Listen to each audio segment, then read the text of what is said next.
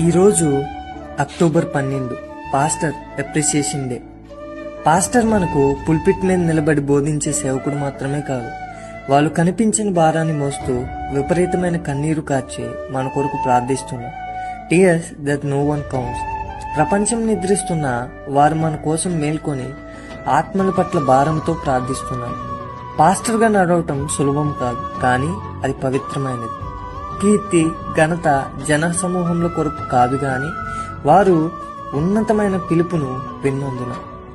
మన జీవితాల్లో హృదయం నిశ్శబ్దంగా ఉన్నప్పుడు వారు మాట్లాడతారు. మనం ఎటువైపు వెళ్లాలో తెలియనప్పుడు, చీకటిగా ఉన్నప్పుడు వారు మనకు మార్గనిర్దేశం చేస్తారు.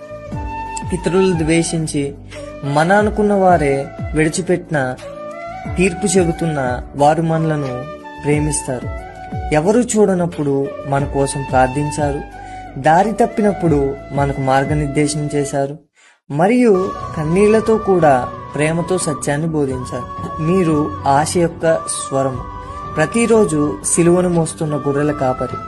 విశ్వాసము, దీనత్వము, విధేయత మరియు త్యాగానికి ఉదాహరణ. క్రీస్తు కొరకు బలంగా నిలబడే ప్రతి పాస్టర్కి థ్యాంక్ యూ. మీ సేవ విలువైనది, మీ ప్రతిఫలము శాశ్వతమైనది. Proudly salute all God servants all over the world.